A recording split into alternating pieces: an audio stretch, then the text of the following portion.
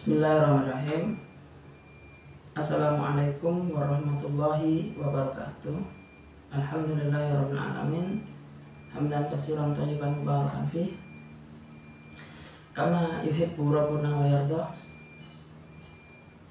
Asyhadu an la ilaha illallah wahdahu la syarikalah wa asyhadu anna Muhammadan abduhu wa rasuluh la nabiyya wa la rasula ba'dah. Allahumma sholli ala Sayyidina Muhammad wa ala alihi wa ashabihi ajma'in. Amma ba'du, iwatal iman rahimani rahimakumullah. Saat ini kita akan membahas seputaran Maulid Nabi Muhammad Sallallahu Alaihi Wasallam. Bahwasanya ada nilai tauhid di dalam firman Allah, fal yanzuril insanu ila ta'ami, maka hendaklah manusia itu memperhatikan makanannya. Kenapa? Karena makan itu adalah nafyun li uluhiyati, aktivitas untuk menafikan ketuhanan. Nafyun li uluhiyati, ya, untuk menyatakan kepada orang-orang berakal bahwa orang yang masih makan, orang yang membutuhkan makanan itu bukanlah sang penguasa, bukanlah sang pencipta. Sehingga argumentasi Quran itu unik. Tatkala ditanya tentang Nabi Isa dan ibunya, cukup dikatakan kana yakulani to'am, sungguh keduanya itu makan, mereka berdua itu makan.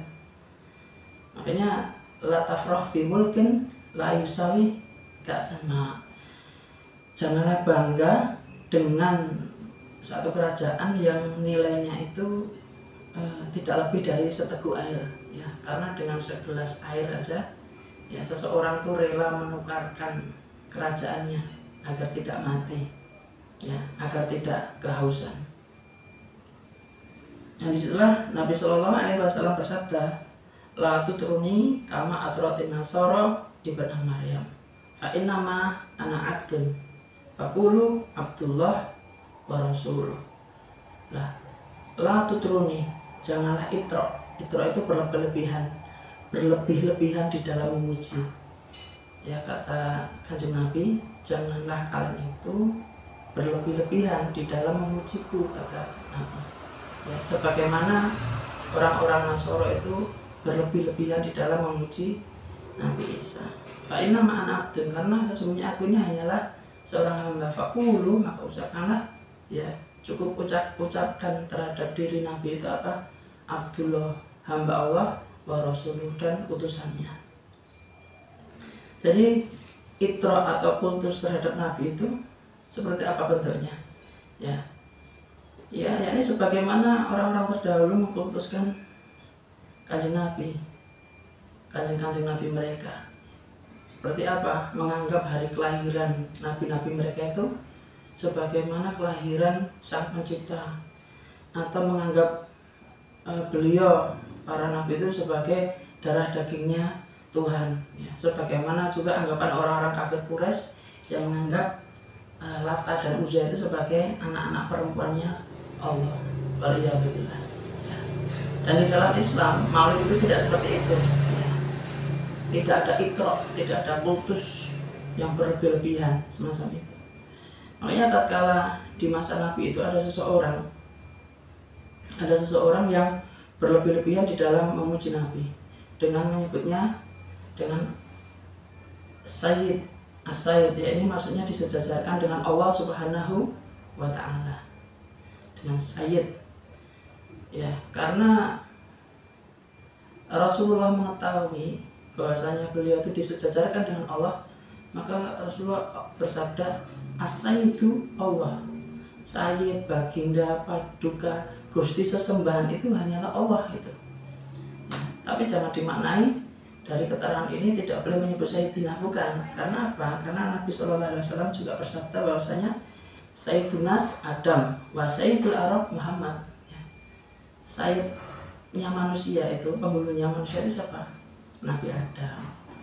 Sedangkan penghulunya bangsa Arab itu siapa? Rasulullah Muhammad Sallallahu Alaihi Wasallam. Imam Muslim juga meriwayatkan, ya, ucapan kanjeng Nabi, ana sayyidu walati adama yaumal qiyamah. Aku adalah penghulunya, pemimpinnya anak-anak Adam pada hari kiamat kelak.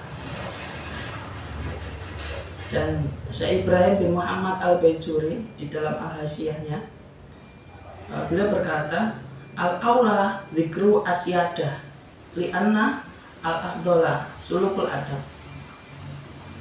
Yang lebih utama itu menyebutkan nama Sayyidina. Yang lebih utama menyebutkan nama Sayyidina sebelum nama kanjeng Nabi disebut. Kenapa? Li'anna al-afdola, karena itu merupakan keutamaan dan etika beradab, sulukul adab. Ya. Dan dari dulu, ya, itu memuliakan para nabi, contohnya dengan cara bertabaruk. Itu merupakan tabiat diniyah. Disebutkan memuliakan para nabi itu dengan cara bertabaruk. Itu merupakan tabiat diniyah. Apa itu?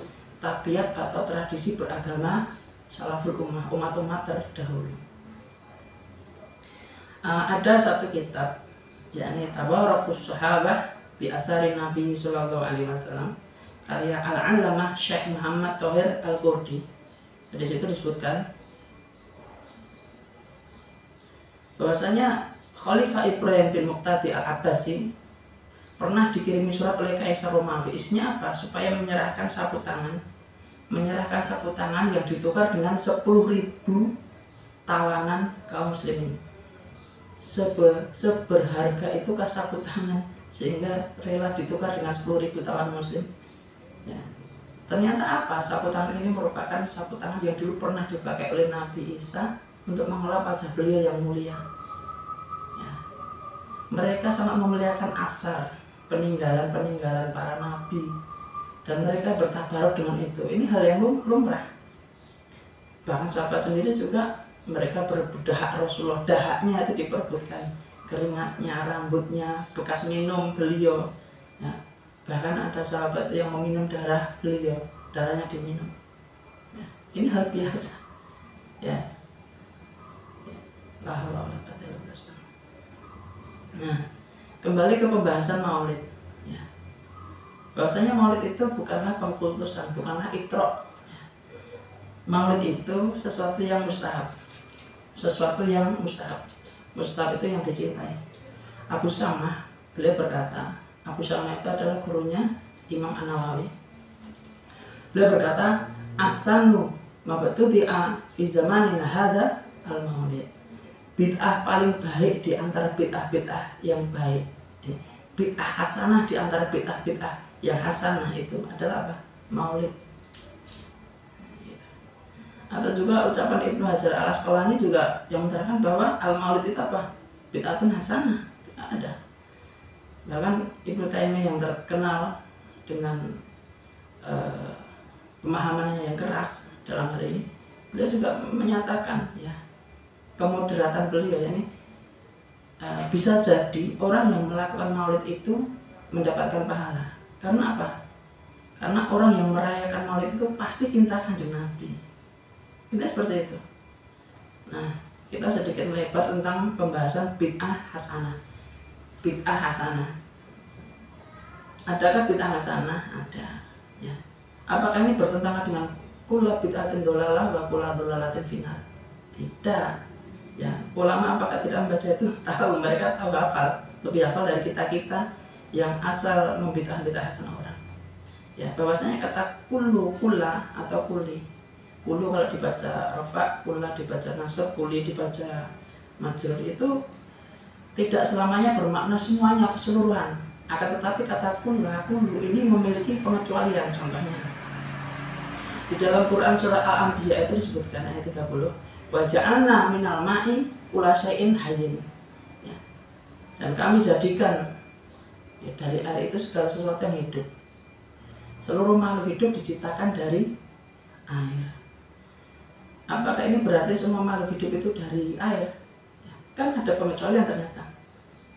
Soalnya ada makhluk-makhluk Allah yang diciptakan dari selain air. Contohnya jin diciptakan dari api, malaikat diciptakan dari cahaya. Ya. Bahkan untuk menampik anggapan bahwa bid'ah itu hanya sesat, itu ada asar dari sahabat Umar bin Khattab bahwasanya beliau pernah menyebut sholat taraweh berjamaah sebulan penuh itu sebagai apa? Sebaik-baik bid'ah. Ya. Ini asarnya sangat sabit, sangat kuat. Bahwa Umar bin Khattab menyebutkan terhadap sholat taraweh berjamaah sebulan penuh itu apa? Nikmatil bid'ah tuh hadhihi. Nikmatil bid'ah, sebaik-baik bid'ah. Jadi ada bid'ah hasanah. Imam Syafi'i juga membagi bid'ah itu menjadi dua bagian, ya kan? Bid'ah yang tercela dan yang tidak tercela. Bahkan Imam Izzuddin bin Abdus Salam di dalam kitab Qawaidul Ahkam, ya, beliau membagi bid'ah itu menjadi 5, yakni bid'ah wajibah, bid'ah muharrarah, bid'ah mandubah, bid'ah makruhah, dan bid'ah mubahah. Nah, di antara bid'ah-bid'ah yang dibagi oleh beliau itu, oleh Imam Izzuddin bin Abdus Salam itu, yang disebut bid'ah hasanah itu yakni bid'ah wajibah, bid'ah mandubah, dan bid'ah mubahah. Allahu a'lam. Ya. Jadi bid'ah hasanah itu ada, ya, jangan dinafikan. Ya, kita ambil contohnya. Ambil contoh tentang pemahaman ini biar kita lebih paham, karena misal tatadihul maqal. Dengan contoh itu penjelasan akan menjadi lebih gamblang. Contohnya Imam Nawawi di dalam Syarah Muslim itu menerangkan, ya, cara memegang siwak. Contohnya, ya, itu begini: 3 jari di atas, jari jempol dan jari kelingking di bawah, begini. Kalau kita cari di hadis-hadis Nabi, ya, mungkin tidak ditemukan. Dan juga kita lihat cara memotong kuku yang dicontohkan oleh Imam Nawawi itu dari telunjuk kemudian ke sini, sini, terakhir di jempol kanan, ya kan? Nah, orang yang mudah membid'ah-bid'ahkan akan latah mengatakan ini juga ada dalilnya, itu kan cuma ulama. Masya Allah. Sebenarnya kita harus memaknai masalah ini, bahwa ulama itu warasatul anbiya. Apakah Imam Nawawi tidak memahami hadis? Apakah Imam Nawawi tidak hafal hadis? Sebenarnya Imam Nawawi beliau itu ashabul hadis. Ya. Beliau mencontohkan, misalnya contohnya cara memegang siwak dan cara memotong kuku, itu untuk apa? Untuk membedakan antara adah dengan ibadah, untuk membedakan antara kebiasaan dengan ibadah. Nah itulah. Makanya jangan terpaku mana hadisnya. Ya, jika diibaratkan seorang ahli hadis itu, mereka itu dokter yang memberikan obat, kalau kamu pusing obatnya ini, kalau kamu sakit perut obatnya ini. Maka para ahli fikih itu, mereka itu ibaratnya apa? Mereka itu ibaratnya seorang apoteker, orang yang memahami obat.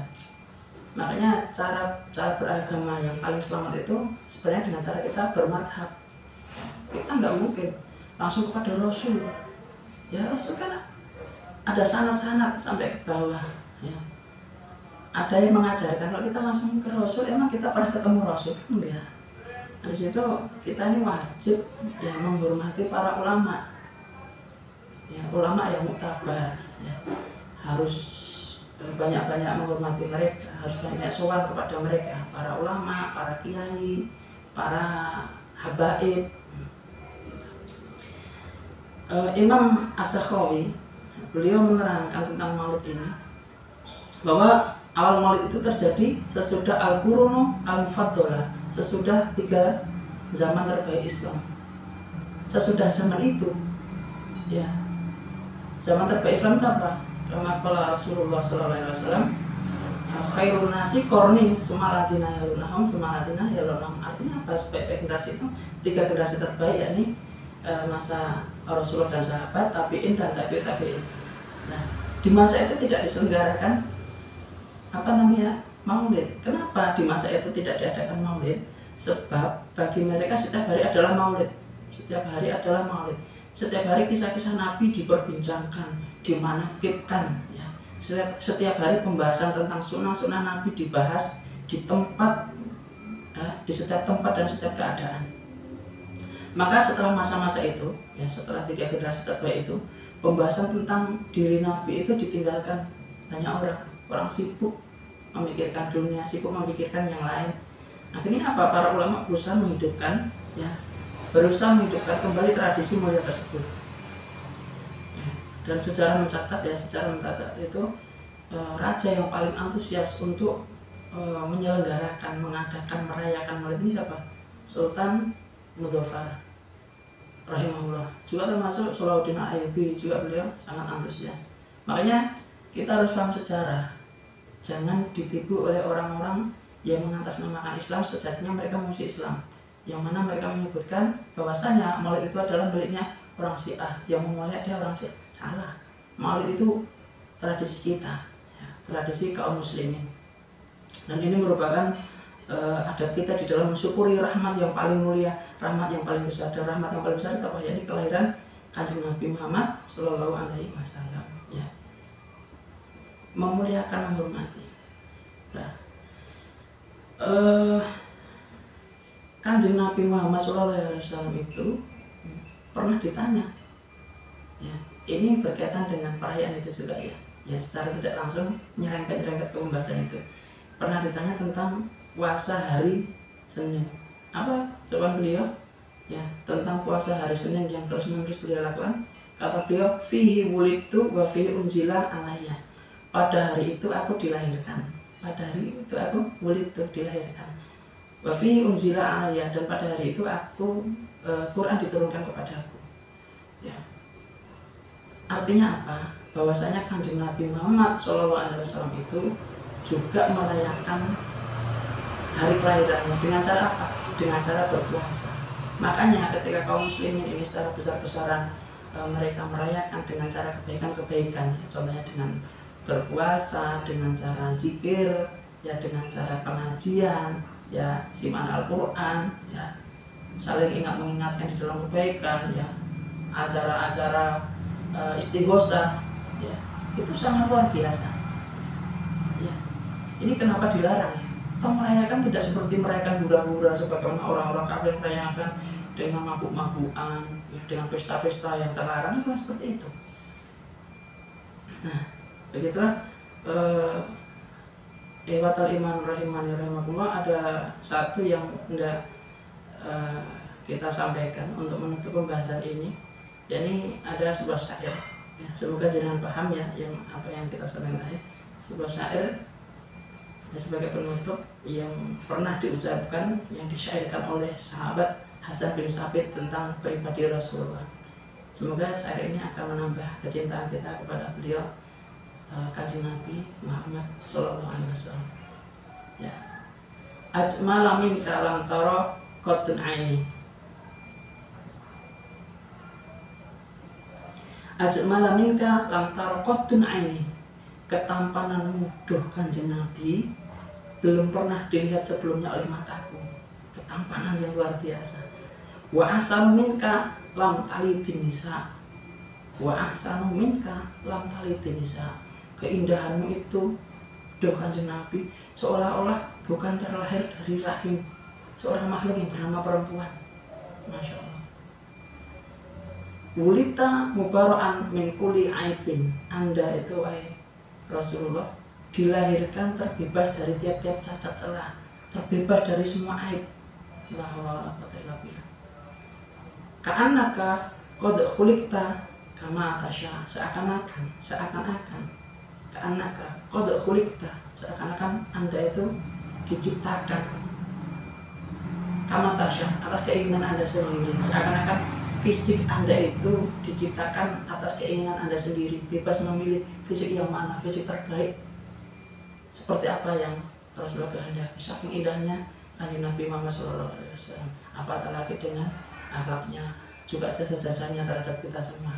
Nah, dengan demikian maka seyogianya pantaslah bagi kita, ya, perlulah bagi kita untuk merayakan kelahiran paling mulia ini. Jangan sampai kita merayakan Kanjeng Nabi kemudian kita melarang, kemudian merayakan ulang tahun orang tokoh-tokoh kita justru memerintahkan, itu kan aneh. Makanya masalah merayakan hari milad, masalah milad ini sesuatu yang mubah dan mustahab, dicintai kalau tidak bertentangan dengan syariat cara merayakannya. Ya, kita kalau di Jawa itu biasanya merayakan dengan cara bancaan atau bersedekah, tidak masalah, berbagi-bagi sedekah. Demikian yang bisa eh, saya sampaikan. Semoga pembahasan ini bisa mencerahkan kita semua. Aqulu qouli hadza astaghfirullah li wa lakum innahu huwal ghafurur rahim.